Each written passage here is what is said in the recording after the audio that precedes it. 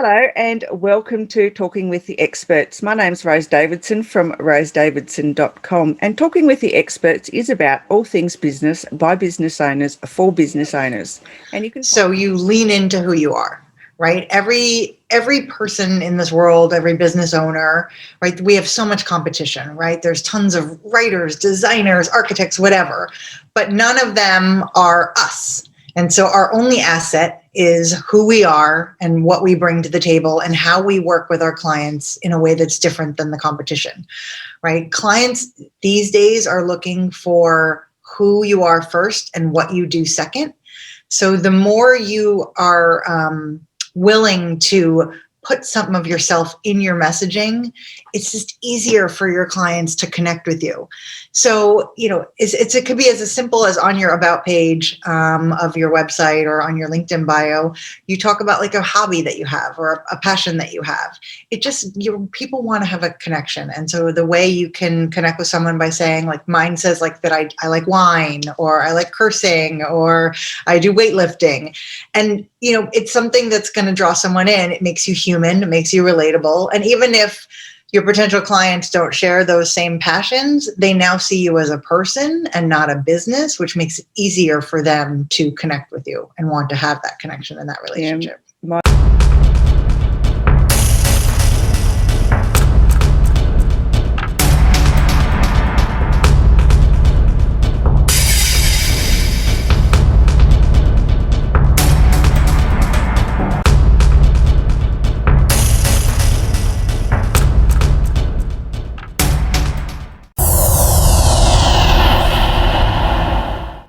Talking with the Experts. And Talking with the Experts is about all things business by business owners for business owners. And you can find it on all popular podcasting streams and on YouTube. And today my guest is Danielle Hughes. And Danielle is going to talk to us about personality branding, which is a topic that we haven't really discussed before. We've talked about personal branding, but not personality branding. And her business is More Than Words Marketing, which is a great name for a business. And we've all heard the expression that you are your biggest asset. So why do so many of us feel reluctant to let our personality shine in business? Maybe it's because we don't know how. Or worse, we fear showing too much of ourselves that will alienate potential clients. Surprise, surprise. It's actually the opposite. People are hungry for personality, and that's what drives connection. And Danielle is the Chief Personality Officer of More Than Words Marketing, a branding and copywriting consultancy. She helps individuals and brands to develop their genuine personality brand, creating content that sounds like you and giving you the space to truly be yourself in your messaging. And while she can't pull a rabbit out of a hat, she can hone your brand message, engage your audience, and deadlift you or your employees, but not at the same time. It's just irresponsible. No, Danielle is available for office party tricks and accepts payments in bottles of Bordeaux. Well, Bordeaux would be lovely. Welcome, Danielle, and thank you for coming on today. Thank you for having me. My first Australian podcast, if there's a distinction. I loved your intro. That was amazing. Thank you. Thank you so much. It's quite tough. It's funny. Sorry, that's why I laughed. No, it's meant to be funny. Humor is part of my personality brand. So I appreciate that you understand it. Thank you. Yeah. So tell me a little bit more about the difference between personal branding and personality branding. So to me, something personal, like the very word personal, means private.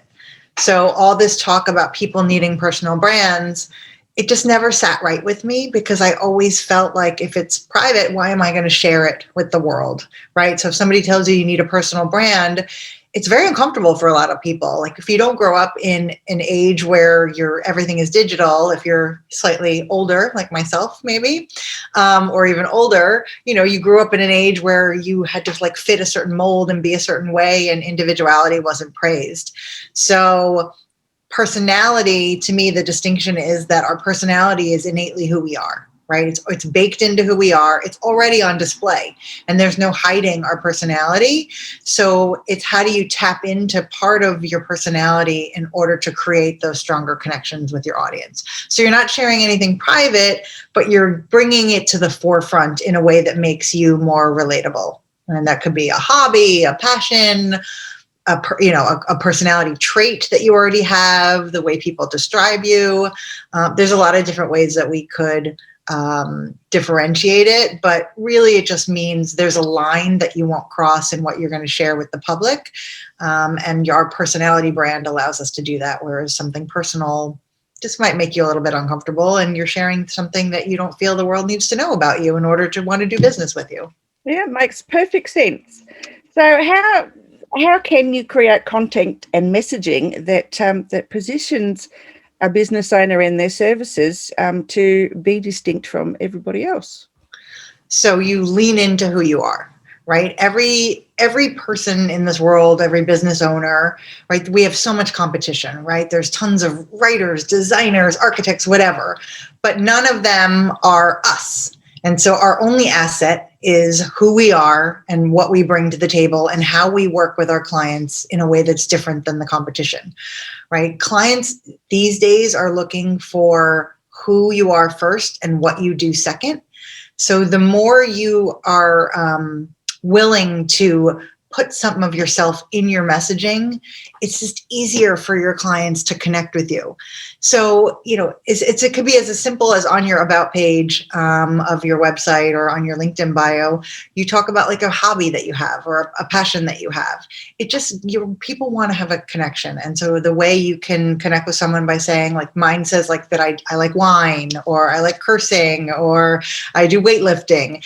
And, it's something that's going to draw someone in. It makes you human, it makes you relatable. And even if your potential clients don't share those same passions, they now see you as a person and not a business, which makes it easier for them to connect with you and want to have that connection and that relationship. Yeah, my LinkedIn bio says that I want to own a panther or a tiger or a lion. So, yeah.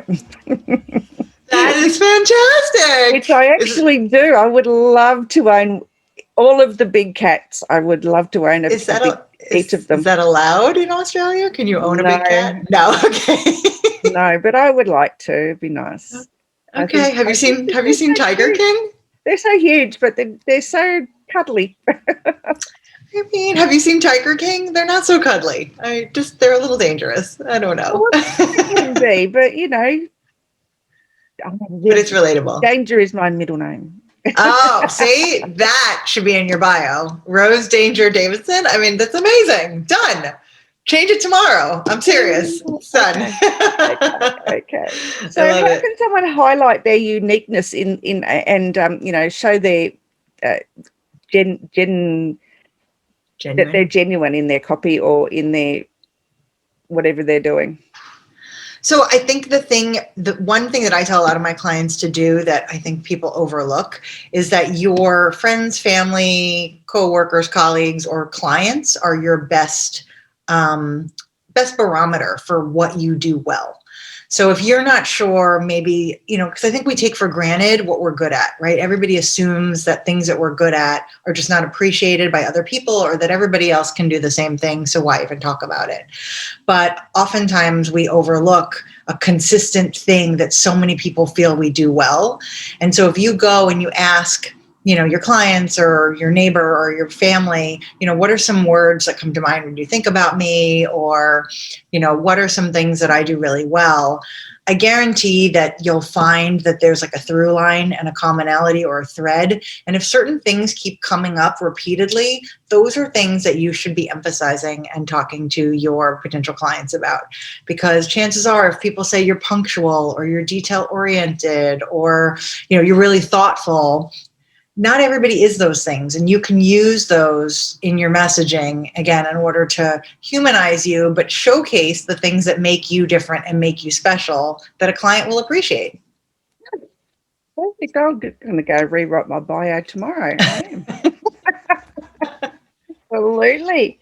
So how can people not be afraid that, of becoming, big-headed or, when people say these really great things about them, I mean, I know they could use those words, but how can they not, let ego take over? So I actually think it's the opposite. I think you should, because I think too many people don't brag about their abilities and their capabilities. And so I think you should lean into that more. I think the more you own the fact that people say I am an excellent communicator, people say I make them feel special, people say this, like, you're not saying I'm the greatest, although there's nothing wrong with that, right? It worked for Muhammad Ali. It worked for Muhammad Ali. But I think if you can couch it in like, my clients often tell me, or people often say this, it gives credibility and it allows you to brag at the same time. One of the worksheets that I take my clients through, like, I tell them, like, it's time to go to Bragtown. I want you to talk about how amazing you are. And you can always dial it back. But if you can push it forward a little bit, I think that really opens up the door for people to say, you know what, I'm really freaking good at this, and people should know it, right? Because we're in business. How are you going to get clients if you don't believe you're good at what you do? You're sure as hell your clients are not going to either. So there's no reason to be hiding that. People go big in that, or don't bother, don't play with the other children. I mean, I do think you should really try to go as big as you can, and then it's okay to dial it back a little bit.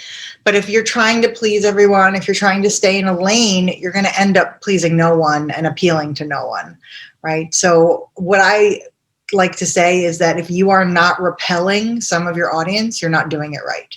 Doesn't mean you should offend anyone, but the idea is that your message should be so focused and so specific that you're attracting only that right audience that you want to work with, and then everybody else is not even going to like come to you. And then you don't have to like worry about vetting anything. You don't have to waste time on calls that go nowhere, because everybody that calls you is a potential true right fit for your business. Yeah. Okay. So are there like archetypes, of personalities that, that are better at this than others? No, I mean, I think, the obvious would be like, oh, extroverts are better at this than introverts. But I think that introverts are really good at knowing what they do well, and they just might need the push to put it out there, right? So I don't know that it's necessarily a personality trait that would make you better at boasting about yourself, because there's people that boast about themselves that don't have the chops to back it up, right? So I'm not saying that you go out there and you make all this up and that you pretend and that you overinflate. Like, we're not lying. We are just trying to shine a light on the things that we do well. And so even if you're a more reserved person or you're a shyer person, there's definitely going to be things that you do really well, and you can make it known. Maybe you're not like screaming it from the rooftops and being super bold about it, but I still think that it can become part of your message. And so I can give you a quick example if you want. So I had a client who is a writer, and she was really into bird watching.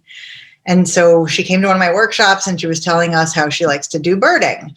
And I was like, that is your personality brand. I was like, that is your thing. And she's like, what do you mean? I said, think about what's involved with bird watching, of the level of patience to sit and wait for something to happen that may or may not even happen, the level of detail and attention to detail that you need to have to recognize the bird when it lands on the tree, the thoughtfulness and the care to be quiet and patient. I said, these are all things that you can kind of weave into your message, and those are things that are going to go a long way. So obviously she's not a loud, braggadocious person, because birding is such a very quiet attribute.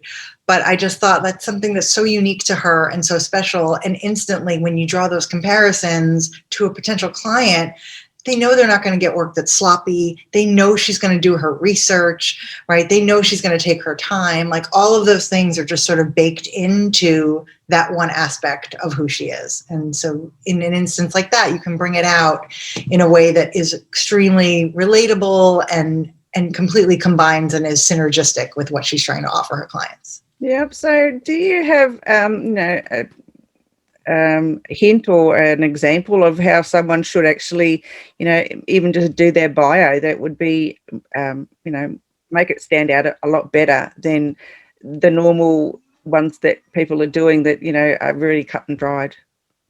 So I do happen to have a free downloadable. So if they go to my website and they sign up for my newsletter, I've created something that I call About Me Mad Libs.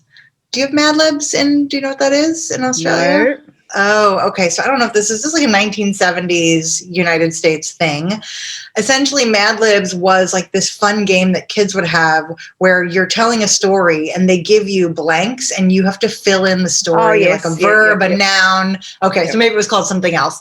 But anyway, so here's called Mad Libs. And so I've created a version where you're filling in parts of your story in Mad Lib form. And I give you 2 more sort of serious or quote unquote professional prompts and one that's a little bit more fun. And because what I found is that for most people, they don't even know where to start, right? Starting your bio or starting your story is the hardest part. Like they might know what they've done. They have examples. Yes, I've worked here and I've worked there, but like, where do I even begin? So this gives you a way to have some fun with it. It's not meant to be overly prescriptive, but it's just meant to get you kind of started on the road of where are you willing to have some more fun and lighten up the way you might talk about yourself, and where are you really, and again, where can you go to Bragtown? Like what are some things you're really proud of? And it kind of highlights those things. Well, I have to go and download it. Okay, there you go. It's free. And I will say, some people use it very literally and they've downloaded it and they've just put that right into LinkedIn.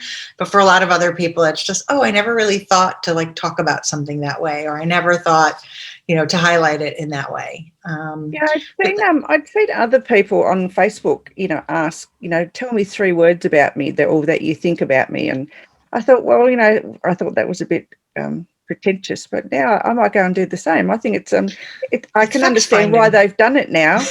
They're trying to find words that, will fit into their bio or their intro or whatever. So, yeah. Yeah.